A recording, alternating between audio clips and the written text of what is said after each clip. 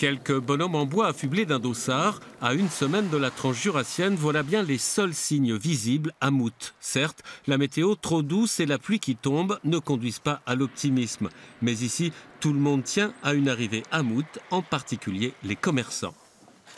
On a pas mal des familles qui viennent depuis pas mal d'années, qui souvent font la course et puis prolongent un peu derrière pour pouvoir passer une semaine sur le Val de Mout, oui. Quand vraiment elle ne se fait pas, c'est que l'enneigement ne le permet pas et puis on ne peut pas toujours aller contre la nature.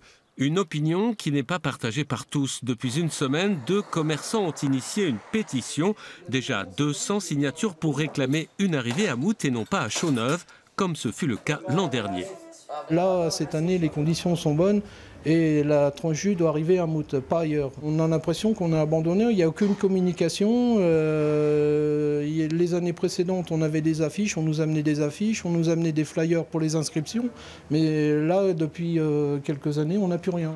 Chaux-Neuve a-t-il l'intention de récupérer l'arrivée de la tranche jus? Certains le croient. Plusieurs fois ces dernières années, l'absence de neige a contraint les organisateurs à des parcours de repli. La dernière arrivée à Mout remonte à 2015. Nous souhaitons tous évidemment que cela arrive ici, mais si les conditions ne le permettent pas, je trouve que ça serait une aberration de dépenser beaucoup d'argent pour enneiger une piste qui ne le serait pas.